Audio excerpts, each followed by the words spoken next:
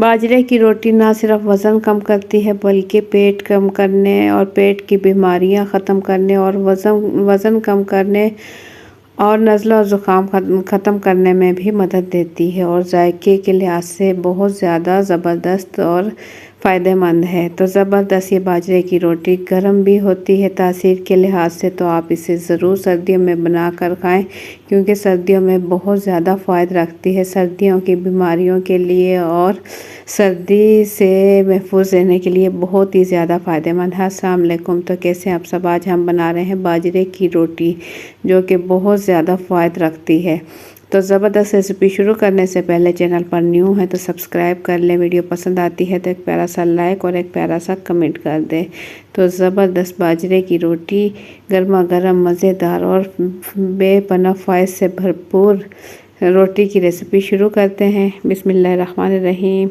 अब हम बना लेंगे बाजरे की रोटी। बाजरे की रोटी बनाने के लिए यहाँ मैंने आटा ले लिया है बाजरे का, जो के लिया है 250 ग्राम यानी कि 1 पाव। इसे अच्छे से छान लिया और इसमें नमक शामिल कर दिया है 1 चाय का चम्मच। उसके बाद इसमें हम शामिल करेंगे थोड़ा सा आटा, तकरीबन 2 खाने के चम्मच, बस 2 खाने के सिंपल गंदम का आटा शामिल कर लेंगे तो ताकि रोटी पकाने में हमें थोड़ी सी आसानी हो। इसे अच्छा सा पहले मिक्स कर लेंगे और इसे नीम गर्म पानी से, क्योंकि सर्दियां हैं तो नीम गर्म पानी से आटा गूंदेंगे तो बहुत ही अच्छा सा गूंदेगा। थोड़ा थोड़ा पानी शामिल करते हुए इसे हम पानी के साथ आटा मिक्स कर लेंगे। बाजरे का आटा ज़रा दूसरे तरीके से गूंदा जाता है, जबकि गंदम का आटा है वो दूसरे तरीके से गूंदा जाता है। ये बाजरे का आटा मैं आपको गूंद कर दिखाऊंगी कि ये किस तरीके से गूंदा जाता है। इसमें कोई भी मुश्किल नहीं है, बहुत ही इजी तरीके से आप इसे गूंद सकते हैं और इसकी रोटी बहुत ही ज़बरदस्त लगती है खाने में। ख़ास तौर पर साग के साथ खाई जाए तो क्या ही बात है, खाने का मज़ा ही आ जाता है। तो पानी थोड़ा थोड़ा डालते हुए इसकी अच्छे से मिक्सिंग कर लेंगे। इतनी देर में हमारा आटा हम तैयार कर रहे हैं। तो चैनल पर न्यू है तो सब्सक्राइब कर लें, वीडियो पसंद आती है तो एक प्यारा सा लाइक और एक प्यारा सा कमेंट कर दें। तो इस तरीके से ये हाथों की मदद से, हथेली की मदद से इसे गूंदा जाता है, ये इस तरीके से। जबकि गंदम का आटा हम उल्टा हाथ करके दूसरी साइड से गूंदते हैं और बाजरे का आटा जो है हाथ की हथेली की मदद से गूंदा जाता है, क्योंकि ये उस तरीके से जुड़ता नहीं है जैसे कि गंदम का आटा जुड़ता है। ये अलग अलग सा रहता है और इसे इस तरीके से ही गूंदा जाता है। ना तो ज़्यादा सख्त किया जाता है ना ही ये पतला होता है, मतलब जैसे कि गंदम का आटा गूंदते हैं बस उतना ही ये उसी तरीके से इसका डो तैयार किया जाता है, आटा गूंदा जाता है। तो बस जैसे ही गूंदेंगे, गूंदने के बाद इसकी फ़ौरन से रोटी बना ली जाती है। इसे रखा नहीं जाता इतनी देर, अगर फ़ौरन से रोटी बनाएंगे तो इसकी रोटी भी अच्छे से तैयार हो जाएगी। और इसके पेड़े कुछ इस तरीके से बनाए जाते हैं। ये देखिए इस तरीके से इसके पेड़े बनेंगे।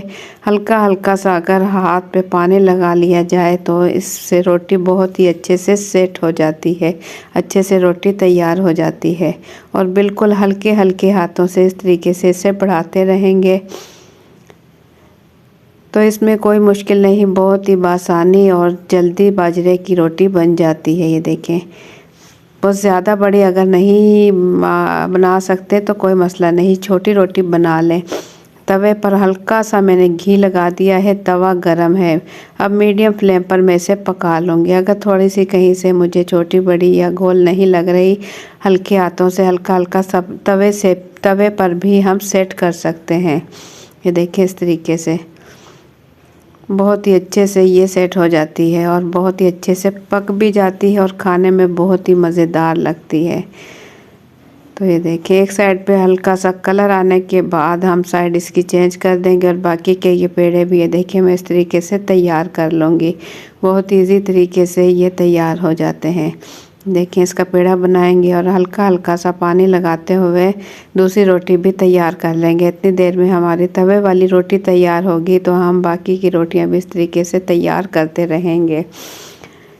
तो ये देखिए खूबसूरत सा इसका कलर आ चुका है। चाहे तो इस पर हल्का हल्का घी लगा लें या इसे वैसे ही सेक लें। अगर इस पर घी लगा लिया जाए हल्का हल्का तो ज़बरदस्त रहेगी, खाने में भी मज़ा आ जाएगा। हल्का हल्का सा घी अगर इस पर लगा लें, अगर देसी घी है तो वो लगा लें, नहीं है तो जो भी घी आपके पास है वो लगा लें और हल्का हल्का सा घी लगाकर इसे पराठे के तरीके से सेक लें।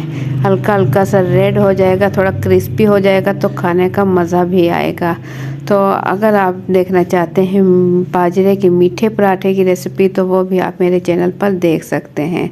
पराठा हमारा हो गया है तैयार। तो बाकी के हमने बाजरे की रोटियां इसी तरीके से कर ली हैं तैयार और खाने में ये बहुत ही मज़ेदार बनी है और इसे साग या फिर गोश्त वगैरह के साथ खाए तो इसका मज़ा दुबाला हो जाता है। बहुत ही जायकेदार लगती है ये रोटी। तो आप लोग एक मरतबा ज़रूर ट्राई करें। मेरी रेसिपी से आपको बहुत पसंद आएगी और बहुत ही कम टाइम में बन जाती है। तो ज़बरदस्त बाजरे की रोटी मैं तोड़कर भी आपको दिखाऊं कि कितनी खस्ता और मज़ेदार बनी है। ये देखें बहुत ही ज़बरदस्त, बिल्कुल पतली। तो आप लोगों को मेरी आज की रेसिपी कैसी लगी अपना फीडबैक कमेंट्स के ज़रिए ज़रूर दें। चैनल पर न्यू है तो सब्सक्राइब कर लें। वीडियो पसंद आती है तो एक प्यारा सा लाइक और एक प्यारा सा कमेंट कर दें। तो इंशाल्लाह फिर मिलेंगे एक अच्छी सी रेसिपी के साथ। अपना बहुत सा ख्याल रखें, दुआ में याद रखें। अल्लाह हाफिज़।